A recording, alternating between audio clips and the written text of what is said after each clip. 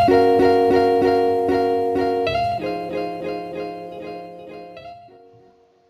Assalamualaikum. Ketemu lagi dengan Ibu Atiro Isana dari SMA Negeri 1 Karas, Magetan. Para ekonomia, seperti biasa, kali ini kita akan belajar ekonomi kelas 10 KD 3.3, tetapi ini adalah perilaku konsumen. Pada perilaku konsumen, kita akan terlebih dahulu belajar apa itu konsumsi. Mengulang lagi ya, kegiatan ekonomi itu dibagi dalam 3 macam, yaitu konsumsi, produksi, dan distribusi. Apa yang dinamakan konsumsi? Konsumsi adalah kegiatan menggunakan, mengurangi, menghabiskan nilai guna barang dan jasa. Jadi, dalam bahasa ekonomi, konsumsi itu bukan hanya makan dan minum saja, tetapi juga menggunakan pensil, memakai kacamata, dan menggunakan kursi untuk duduk. Itu termasuk konsumsi. Bisakah kalian memberi contoh yang lain? Nah, siapa yang melakukan konsumsi? Ini adalah konsumen. Apa faktor-faktor yang mempengaruhi seseorang melakukan konsumsi? Dari beberapa faktor, kita sebutkan 5 faktor, yakni tingkat harga, tingkat pendapatan, selera, tingkat pendidikan, lingkungan sosial, budaya, dan agama. Bisakah kalian memberi penjelasan dari masing-masing faktor tersebut? Mengapa mempengaruhi konsumsi?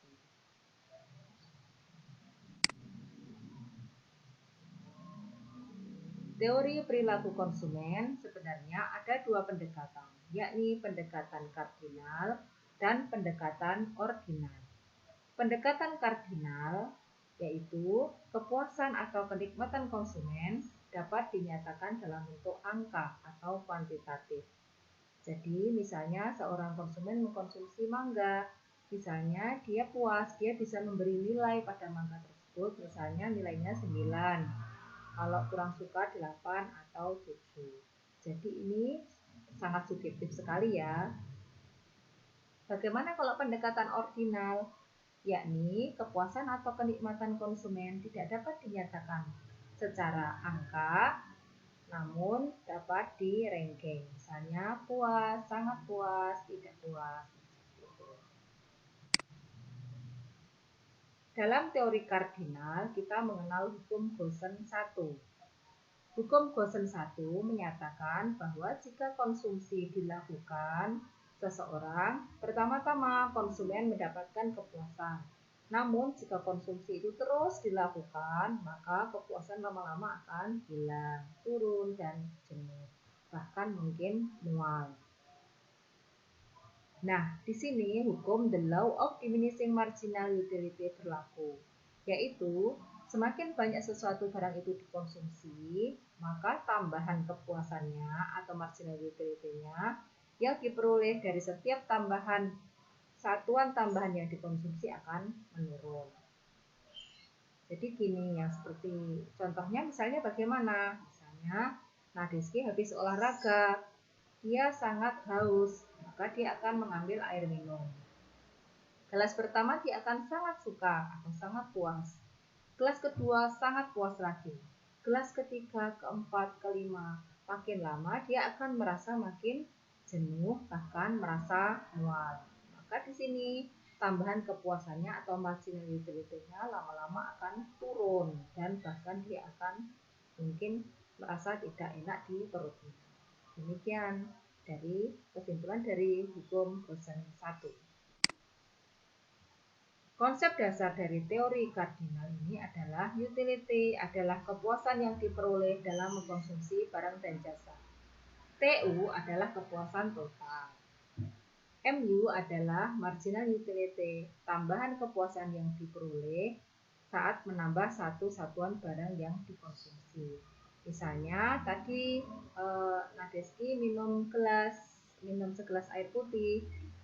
Nah, total utility-nya, gelas pertama dia akan dapat memberi nilai 9, kelas kedua memberi nilai 10. Nah, berapa MU-nya? 10 dikurangi 9. Jadi MU-nya 1. Paham ya? Kita lihat kolom berikut.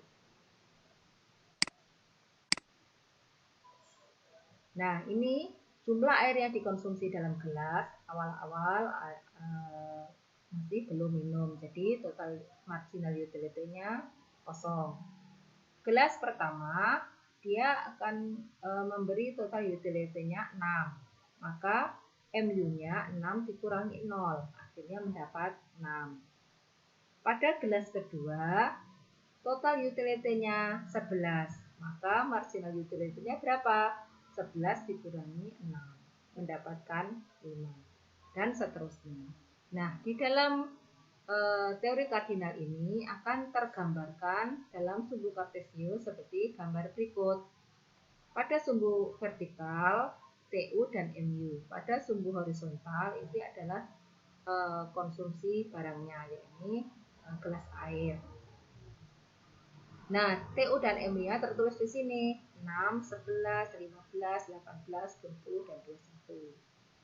Demikian juga di MU-nya 6, 5, 4, dan seterusnya. Nah, ketika pada TU-nya maksimal, MU-nya didapat 0. Sekarang kita akan belajar teori ordinal. Di sini terjadi hukum Gaussian 2, bahwa manusia akan memenuhi kebutuhannya dengan membagi-bagi pendapatannya untuk melakukan konsumsi sampai pada kepuasan yang sama. Misalnya, seorang konsumen mengkonsumsi jeruk disimbolkan dalam huruf X dan apel disimbolkan dalam huruf Y. Untuk mendapatkan X dan Y, konsumen akan menghadapi beberapa kendala, misalnya adalah dana. Karena itu, konsumen akan mengubah kombinasi X dan Y-nya yang dibeli, sehingga jika salah satu diperbanyak jumlahnya, maka yang lain pasti dikurangi. Misalnya jeruknya diperbanyak, maka apelnya harus dikurangi. Dan sebaliknya, jika apelnya diperbanyak, maka jeruk harus dikurangi.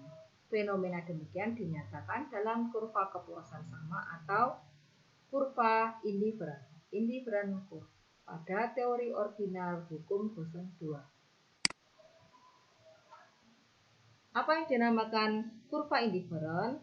Kurva yang menghubungkan titik-titik kombinasi dari konsumsi barang dan jasa yang menghasilkan tingkat kepuasan yang sama.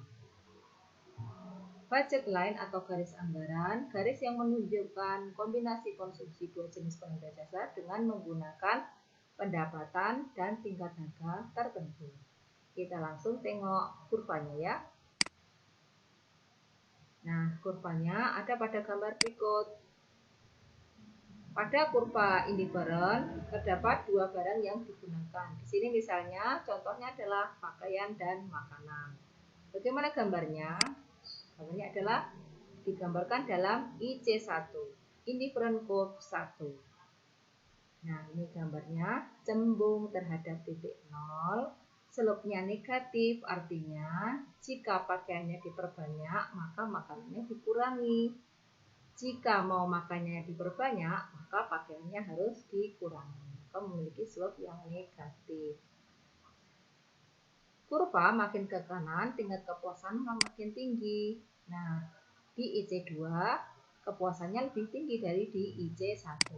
Apalagi di IC3. Antara A, B, dan C atau IC1, 2, dan 3 ini tidak mungkin saling berbarengan. Ini adalah ciri-ciri dari kurva indifferent pada teori ordinal. Hukum Gaussian 2. Bagaimana dengan budget line atau garis anggaran? Terdapat dua kombinasi barang, misalnya pakaian dan makanan. Daerah oranye adalah daerah terjangkau. Klik. Daerah oranye adalah daerah terjangkau, memiliki slope yang negatif kemiringannya. Jika pakaiannya diperbanyak, maka makanannya harus dikurangi. Dan sebaliknya, jika makanannya diperbanyak, pakaiannya harus dikurangi. Nah, di sini di daerah oranye ini adalah daerah terjangkau. Nah, yang maksimal ada di daerah garis antara sepanjang garis A sampai B. Nah, di sini kepuasan konsumen bisa maksimal karena semua pendapatannya habis untuk dikonsumsi. Kalau di daerah D, maka pendapatannya akan sisa. Apalagi di daerah C, konsumen sudah tidak mungkin terjangkau. Nah, bagaimana keseimbangan konsumen terjadi? Seperti gambar, terjadi jika IC bersinggungan dengan BL. Kurva indifferent berpotongan atau bersinggungan dengan kurva budget line. Nah, demikian. Mana yang bersinggungan yaitu pada titik B5, B4, dan B3. Ini ya, jadi titik-titik ini adalah titik keseimbangan konsumen di mana konsumen memiliki kepuasan yang maksimal. Bagaimana dengan titik B1? Dia ada di sepanjang garis kurva indifferent kurva 1, tetapi B1 terjangkau, masih di bawah garis budget line, tetapi anggarannya masih sisa, jadi dia belum maksimal. Masih sisa ya, bukan di sini tapi di B1.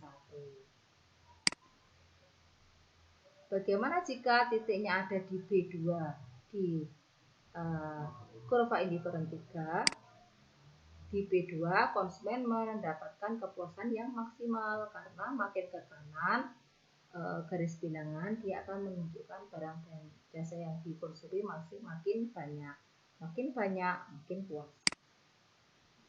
Bagaimana dengan indifferent kurva di IC4, misalnya di B6? B6 tidak terjangkau karena budget lainnya cuma di sini, di posisi di sini. Jadi tidak terjangkau karena melebihi garis anggaran.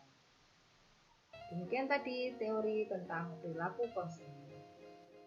Oke, terima kasih perhatiannya. Kita ketemu lagi di materi selanjutnya. Wassalamualaikum warahmatullahi wabarakatuh.